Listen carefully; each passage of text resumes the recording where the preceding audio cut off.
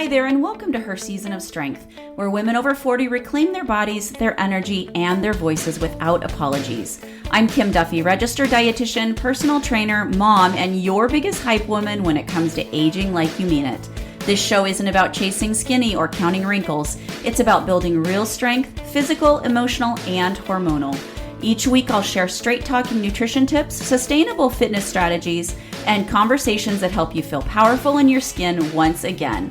Menopause isn't an ending, it's only the beginning. This is your season of strength. Hello, and welcome back to Her Season of Strength. I'm so glad you're here and spending just a couple minutes with me. Today, I want to talk about something that I think is going to feel really familiar and maybe a little bit like I'm spying on you. But don't worry, I haven't. But I have been a dietitian and a trainer for a long time, and I've seen this pattern play out more times than I can count. And here's the scene. A woman decides that today's the day. She's done feeling tired. She's done feeling bloated. She's done feeling like she's running on fumes by 2 in the afternoon, and she's motivated. She's fired up. She has a plan. I like to call this the honeymoon period. The plan is to do everything all at once. She's going to overhaul her diet. She's going to start working out 5 days a week. She's going to cut out sugar completely. She's going to drink a gallon of water a day. She's going to go to bed by 10. She's meal prepping every single Sunday like some kind of wellness influencer. And she might even start journaling. And for about 3 days, maybe 4, if she's really feeling it, it's going great. And she feels amazing. And then life happens.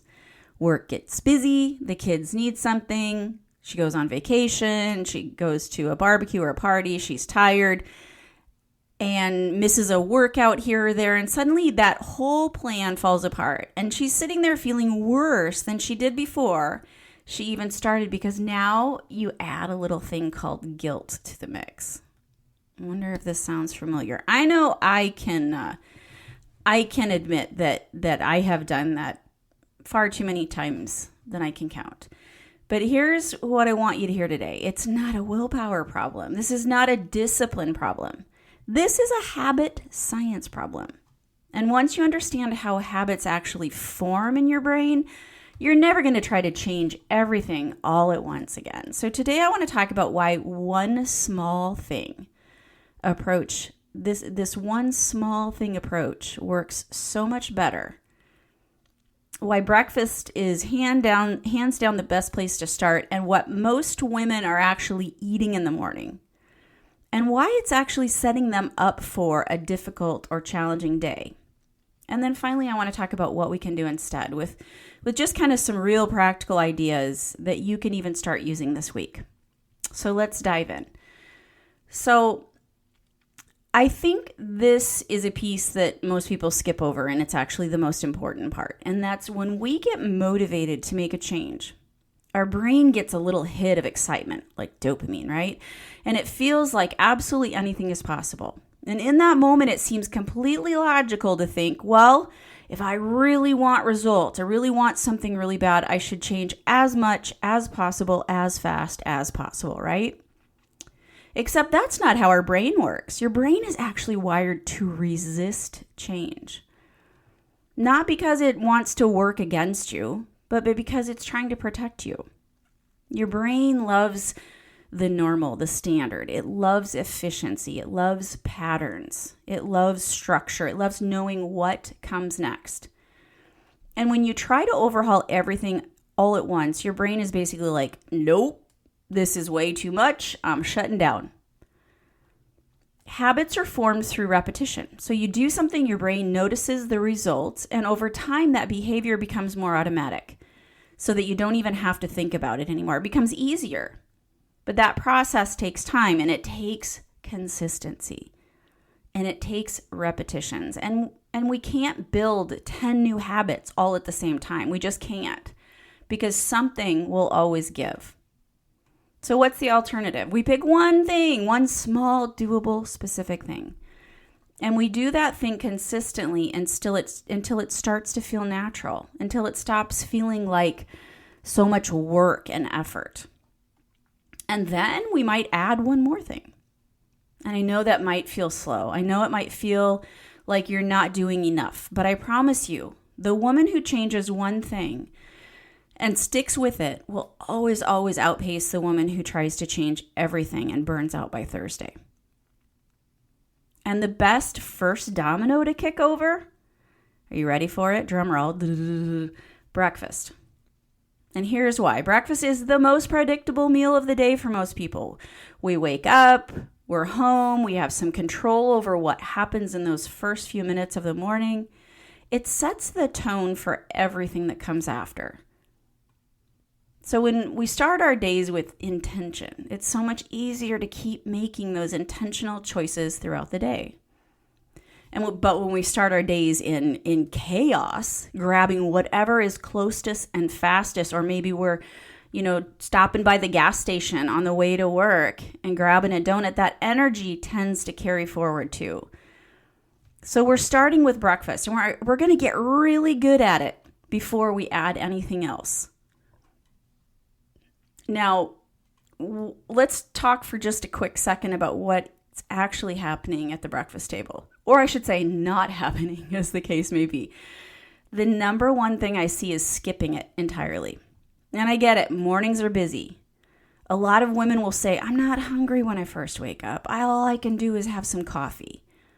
Or maybe, you've been told that intermittent fasting is the thing to do, and you're trying to push your eating window as late as possible. Or maybe you're thinking, if I just skip breakfast, that's fewer calories that I'm consuming today. And fewer calories, that, means progress, right? But here's the problem with that logic. When we skip breakfast, especially as, women over 40 and 50 with our shifting hormones, we're not saving calories. We're actually borrowing against our energy. Our body's been fasting all night long. Our blood sugar's low. Our cortisol, or that stress hormone, is naturally at its highest point in the morning. So when we're not giving our body fuel after all that, it goes into a kind of stress response, especially if we're giving it some coffee. It kind of starts looking for quick energy, which can mean cravings, usually for something sweet or starchy, hit hard by, mid-morning. Or for some people, maybe they don't feel it in the morning or even lunch, and then it'll hit mid-afternoon where they're like, I'm so tired, I need some sugar. Or maybe it even is like once you get home from work and you actually start eating something, you let down those guards, you can't stop. And that's when the cravings are really bad. And then there's what I call the grab and go trap. And that is the bowl of cold cereal, the granola bar, the pastry from the break room, the drive-through muffin and a coffee with enough sugar to fuel a small vehicle. And these things are not bad because they taste good. They're not bad because you have no willpower. They're just not the right fuel at the right time. They're typically going to be those more refined carbohydrates, which means they're going to digest very quickly. Our blood sugar is going to spike fast, and then it's going to crash hard. And that crash comes, it might come late morning, it might come about 2 o'clock, giving you that lovely slump and the brain fog and the irritability and that, sudden desperate need for something that's sweet after lunch or after dinner. That's kind of that energy roller coaster that so many women were riding it every single day without realizing that your breakfast started the whole ride or didn't start the whole ride. So it's not discipline. It's just about fuel. And we can always fix a fuel problem. So here's what we're going for. We want a breakfast that keeps you full, keeps you focused, and keeps you satisfied all the way to lunch without a crash. And 2 ingredients that are going to make that happen are protein and fiber. I know you get tired of hearing me talk about protein, but so important. I mean, those are the things that are going to help promote that nice, longer lasting energy. It's going to help to fill us up, going to make us feel fuller for longer. So first is protein. It's going to be the anchor of a breakfast that actually works. So when we eat protein, it's going to slow down digestion. It's going to mean our blood sugar rises more gradually and it stays more stable for longer. It tells those lovely hunger hormones to quiet down so that we're not thinking about food again 45 minutes later. And for women, who are postmenopausal, protein's especially important because it's helped to maintain and build that muscle mass, right? And muscle is what keeps our metabolisms humming, keeps us strong, it keeps us functional as we get older. And we want to aim for somewhere in the range of at least 30 to 35 grams of protein at breakfast. I know you'd be like, oh my gosh, how am I going to get that?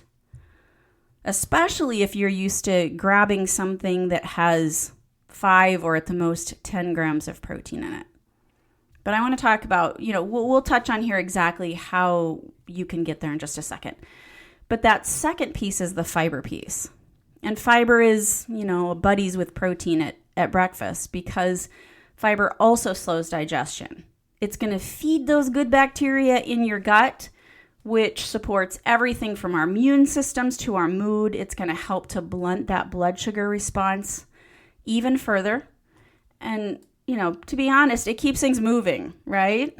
And that matters too, because we're adults and we can talk about pooping and peeing, right? We can talk about digestion. So together, protein and fiber are that combo that's super important. Not just, teeny little portions of them, not cutting everything out, not white knuckling it through hunger until lunch. Just that bright kind of fuel mix in the morning that actually keeps you feeling like you have some energy and keeping you feeling like you're not starving and you're not looking for food so quickly after you just ate.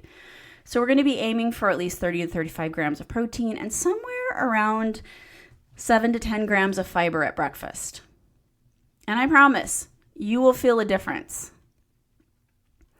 So let's take a little detour here, because if this is one of my favorite things to talk about, and it might actually change your whole, relationship with your breakfast foods. And we have this very American idea of what breakfast is supposed to look like.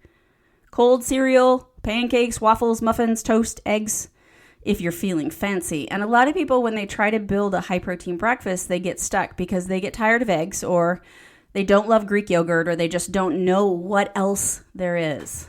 But here's the thing. Most of the world doesn't even eat what we consider breakfast food in the morning. And they're doing just fine. You look at Japan, and a traditional breakfast might be like miso soup, some steamed rice, grilled fish, maybe some fermented veggies. In Turkey, we might sit down to a spread of like eggs and olives, fresh tomatoes and cucumbers and cheese. Colombia, the breakfast often includes beans, rice, eggs.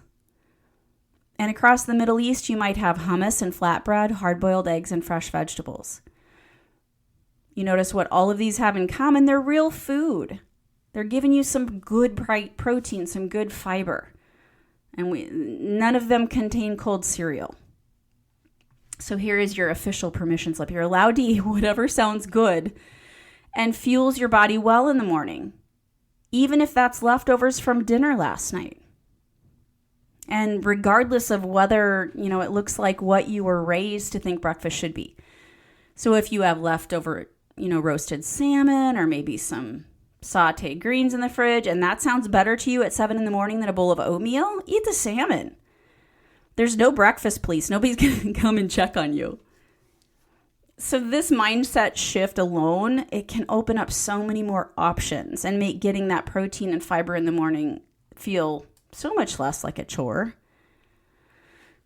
So let's talk about maybe some real options that you can maybe think about or consider for breakfast with some actual ideas that you can use, not just those concepts. So first, eggs and veggies. This is one of my favorites. And a lot of times I might even be eating this for lunch too. But like a lovely egg scramble, you can do one whole egg and you can do some egg whites if you really want to beef up the protein without the extra fat. Load it up on whatever vegetables you like, mushrooms or spinach, peppers. And then maybe you can throw a little avocado on top. I mean, this is like simple, fast, satisfying, and you're going to get some good protein and fiber without a ton of effort. Next would be like some Greek yogurt, and you can put on it maybe some chia or flax seeds to give a little bit of extra fiber and a little bit extra protein. Maybe you add some walnuts. You can top with some berries, and you have some good protein and fiber and healthy fat all in that one bowl. Third, cottage cheese is a great one. Not everyone grew up loving cottage cheese, but it has had kind of a serious glow up, and there's so many ways to eat it now. Plain with some fruit, drizzle of honey. You can blend it smooth and use it as a base for like a savory bowl. You can mix it with everything bagel seasoning and use it as a dip for veggies. The protein content is pretty good. Pretty good. Another thing that I love to start my morning out with is a green smoothie. This is great for people who genuinely aren't necessarily hungry in the morning because you can drink it slowly and it still kind of gets the job done. I also will make a big pitcher of it so that I make 4 servings at once, and then I'm eating, I'm drinking 1 a day. So it's like I make it once and I get 4 servings out of it. Maybe you throw a good quality whey protein powder. I love to put fresh spinach in mine, frozen berries. You can put some Greek yogurt in there. You can put some chia and flax seeds and really get a nice, solid, higher protein, higher fiber drink that you can, especially if you're somebody who's running out the door in the morning to get to work or whatever, it's easy to grab and go. Another one I really like to make are like egg muffins or egg bites, so you make them in your muffin containers. And they're so easy because you can put whatever you want in them as far as veggies. You could put maybe like some chicken or turkey sausage. You can put eggs, egg whites, yogurt or cottage cheese to beef up the protein. I have a ton of these recipes. A really good one that's called savory breakfast muffins. If you're interested in that recipe, just email me at info@strengthandnutrition.com and I'd be happy to send it to you. But they're super easy, and then you come out of it with 12 muffins. 2 muffins is a serving, and you have something you can eat on for, 6 days. And then lastly, I want to say it again, leftovers. You could have a piece of chicken from the night before. You could have some soup, scoop of black beans, some avocado. Don't overthink it. Good food is good food, morning or not. All right. One thing I do want you to remember when you're building your breakfast is start with that protein piece. So ask yourself first, where is my protein coming from this morning? Do you have meat? Do you have eggs? Do you have yogurt? Do you have cottage cheese? Do you have some beans? Do you have some nuts and seeds? And the fiber is going to kind of follow naturally once you've got that protein anchor in place.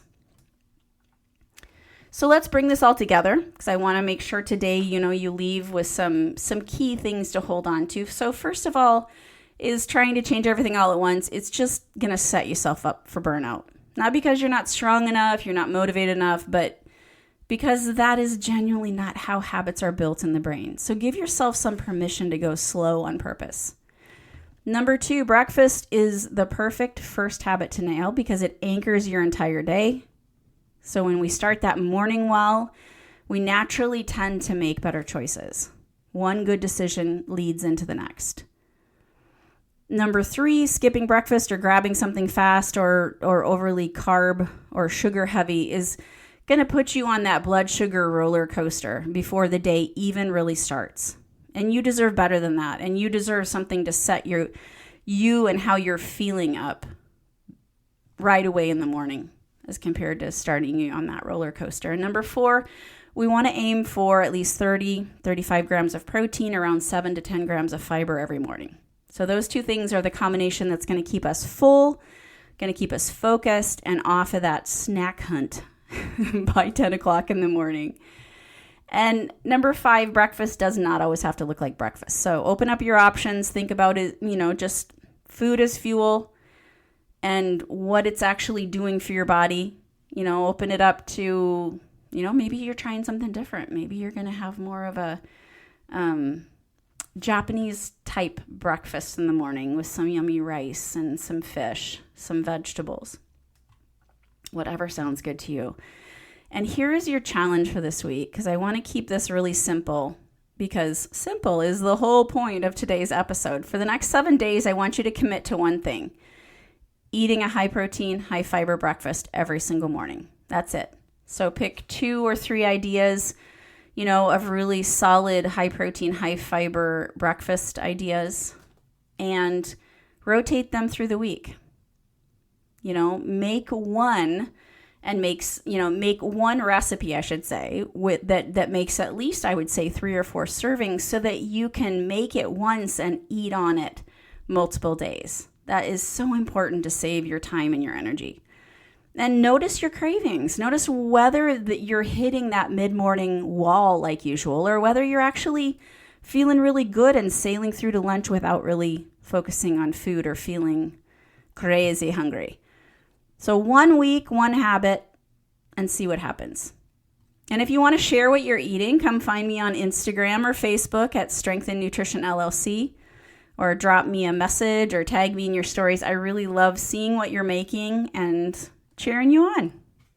And if you're already on my subscriber list, I send out a new high protein recipe every single Thursday, as well as kind of a short summary about the podcast that dropped that day. So if you aren't on my list yet and you would like to be, you can either go to strengthandnutrition.com/high protein recipes, or I'm going to also drop the link in the show notes if you'd like to sign up to get those weekly high protein recipes.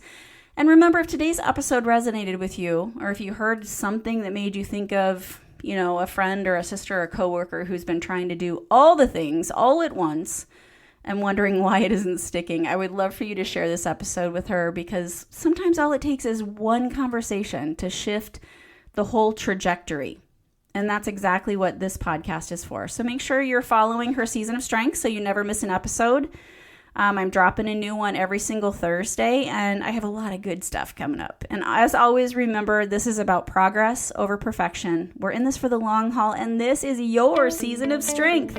Have a great day.